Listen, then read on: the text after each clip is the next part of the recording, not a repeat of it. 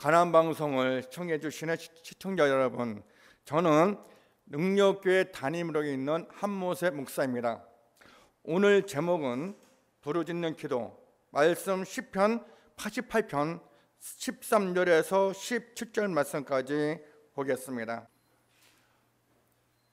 우리는 기도한다면서도 말로만 기도하지 진정코 하나님 앞에 부르짖는 기도는 없다라는 것입니다. 왜냐하면 하나님, 내가 이렇게 어려움 당하고 이렇게 힘들 때에 내가 주님을 보지 못했고 내 뜻대로 내 고집대로 산 것을 주 용서해달라고 회개하는 마음을 가지고 기도하면서 그 다음에는 하나님의 구할 것을 구하고 찾을 것을 찾아야 되는데, 그렇지 아니하고 주시옵소서 믿습니다. 뭘 믿고 뭘 달라는 겁니까?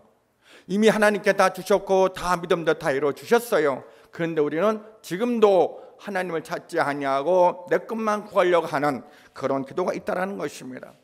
하나님께서 말씀하십니다. 네가 갖고 있는 건 무엇이냐, 네가 지금 구하고 나에게 찾고자 하는 건 무엇이냐고 묻습니다. 하나님, 내가 이런 걸 필요합니다. 내가 이런 걸 지금 고통받고 있습니다. 하나님, 해결해 주시면 내가 더욱더 주님 앞에 나와 더욱더 충성하는 주의 일꾼 되겠습니다라고 고백하는 그런 기도는 없다라는 것입니다. 저는 지금까지 많은 일을 감당하고 많은 어려움도 있었지만은, 그러나 그때마다 하나님은 저를 도우셨고 저를 지켜주셨습니다.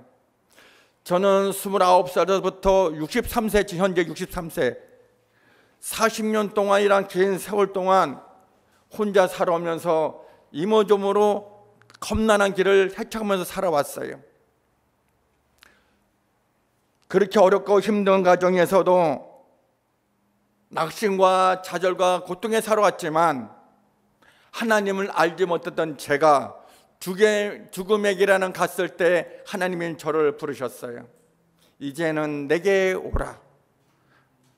그래서 저는 하나님을 찾게 되고, 찾는 가운데서도 그때까지 다니면서도 하나님이 누군지 예수인지 몰랐었어요. 그런데 하나님께서 저에게 회개하는 그런 시간을 주셨습니다.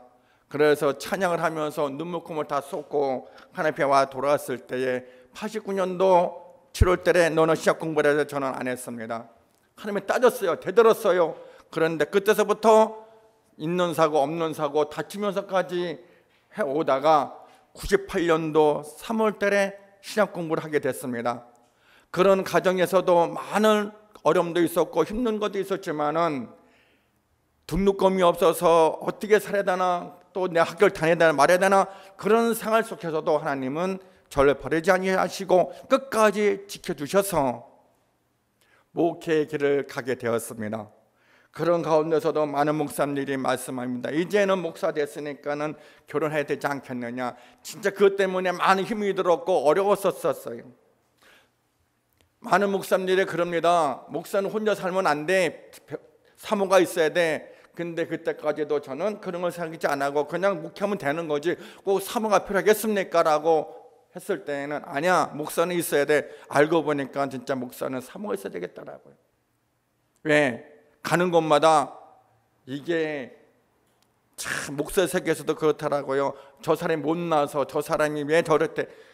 그런데 그 사정은 모르고 저는 얘기합니다. 저는 장애인입니다. 가진 것도 없습니다. 아무것도 없습니다. 그래서 올 사람이 없는 것 같습니다. 기도해. 찾으면 있을 거야. 그러놓고서 제가 30년 동안 기도하면서 많은 사람들 만났고 했지만은 그러나 이루어지지 않았었어요. 근데 작년 제가 7월 달에 백내장 수술을 하고 의정부에 집회에서 갔습니다. 거기 가서 집회 끝나고 어느 집사님이 제게 다가와 말씀합니다. 목사님, 나 기도 좀 해주세요. 왜요? 지금 몸이 아픕니다. 목사님이 기도해 주시면 낫겠습니다. 기도해 줬어요. 그러고 나서 제가 인천에 내려왔고, 그리고 얼마 안 있다가 12월 달에 전화가 왔어요. 목사님, 저 가나안 수술합니다.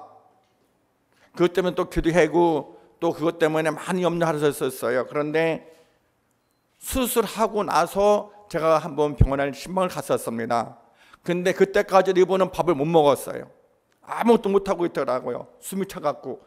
그런 상태에 있을 때에 제가 기도해주면서 왔다 갔다 했고, 그러면서 그 공백 기간한 시간을 제가 비고 있었어요. 비고 있었는데 금년 7월 9일 날 유방암 수술했습니다.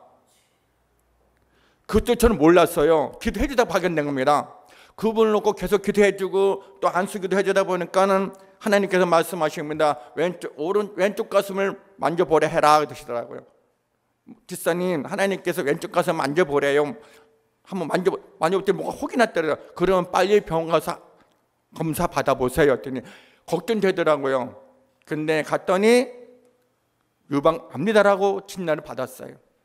그래서 또 그것 때문에 기도해 주고 그랬는데 이분이 하시는 말씀, 목사님 병원 입원해야 되는 보호자가 없는데 어떻게 하면 좋겠습니까?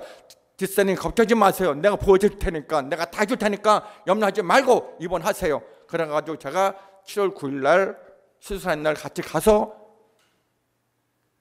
입원할 날부터 계속 병원에 간호하고 있었어요. 그래서 제가 여기 방송을 못 왔습니다.